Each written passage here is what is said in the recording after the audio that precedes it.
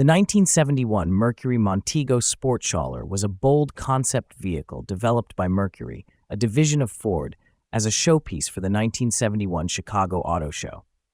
Designed during the final year of the first-generation Montego, the Sportshauler aimed to attract a younger, adventure-seeking audience. While it appeared to be a stretched fastback coupe, the car was, in fact, built on a modified Ford Ranchero chassis. This allowed it to feature a long, enclosed cargo area in the rear, hidden beneath an extended hatch and quarter panels shaped to mimic a Montego coupe. The vehicle was created in under 6 months. Its primary purpose was to showcase Mercury's creativity and flexibility in reimagining what a personal adventure vehicle could be. The Sportshauler was configured to seat just 2 people, freeing up space in the rear for a 6-wheeled Amphicat ATV.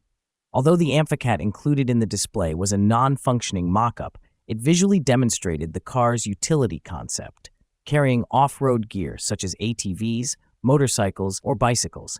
A powered liftgate and retractable rear ramp allowed easy loading and unloading. The original model was painted white with bronze accents.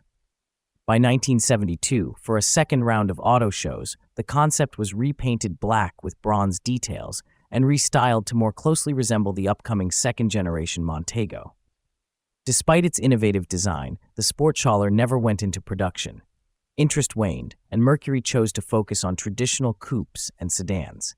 The fate of the original show car remains unknown.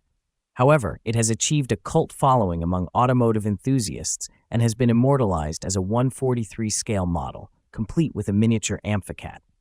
The Mercury Montego Sportshauler stands today as a symbol of early 1970s concept car creativity, part muscle car, part utility vehicle, and entirely unique.